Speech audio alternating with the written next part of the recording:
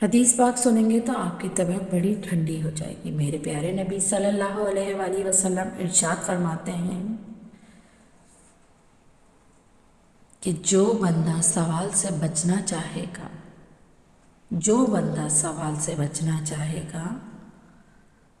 ارادہ کرے گا اللہ میں نے کسی سے نہیں مانگنا، فرمایا جو سوال سے بچنا چاہے گا رب اسے سوال سے بچا لے گا، اور جو لوگوں سے بے نیاز ہونا چاہے گا کہے گا یا اللہ مجھے دنیا داروں کا محتاج نہ بنا، اپنی بارگاہ سے عطا فرما۔ جو لوگوں سے بے نیاز ہونا چاہے گا اللہ لوگوں سے بے نیاز کر دے گا، اور فرمایا جو صبر کا ارادہ کرے گا اللہ اسے صبر کی توفیق بھی عطا فرما دے گا۔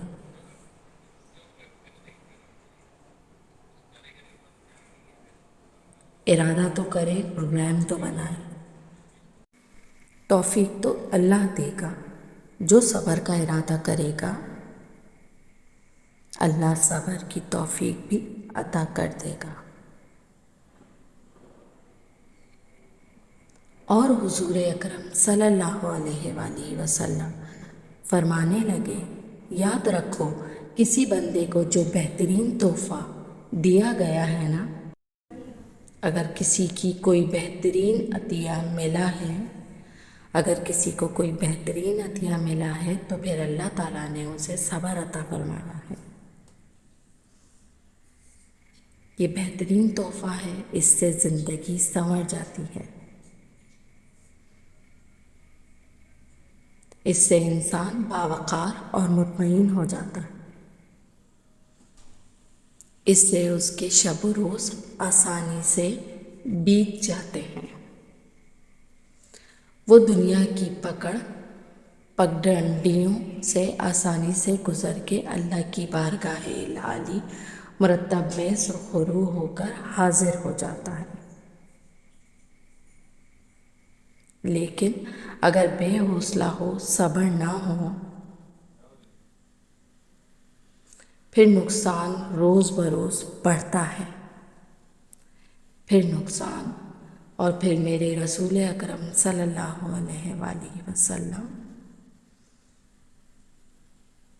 ارشاد فرماتے ہیں کہ اصل بات یہ ہے کہ اللہ تعالیٰ نہ کسی بندے کا درجہ بلند کرنے کا ارادہ فرماتا ہے، لیکن اس کے اعمال اس طرح کے نہیں ہوتے کہ اس کا درجہ بلند کیا جائے۔ اب رب کیا کرتا ہے کہ اللہ تعالیٰ اس کو مال کی، جان کی، اولاد کی کسی مشکل میں ڈال دیتا ہے،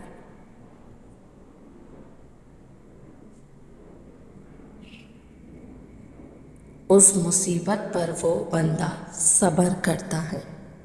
تو اللہ تعالیٰ اس کا درجہ بلند فرما دیتا ہے۔ اعمال اس قابل نہیں تھے کہ درجات بلند ہوں، وہ اعمال کی بنیاد پر نہیں کر سکتا تھا،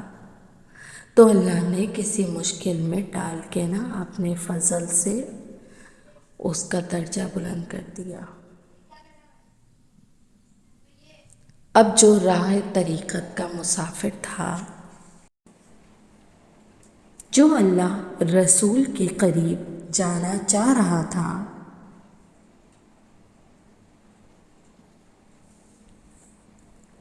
اس کے لیے کتنی آسانی ہو گئی کہ مجاہدہ تو زیادہ نہ کر سکا، کثرت سے نفلی صوم و صلات کا بندوبست تو نہ کر سکا، تھوڑا سا صبر کیا،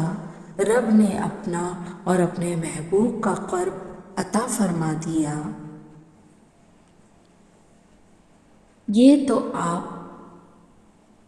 صبر کرنے کے لیے تو آپ نے رب رسول کو پا لیا ہے۔ یہ صبر تو وہ والا صبر ہے جس کی جو منزل ہے وہ اللہ رسول کا قرب ہے۔ ہم لوگ تھوڑی تھوڑی باتوں میں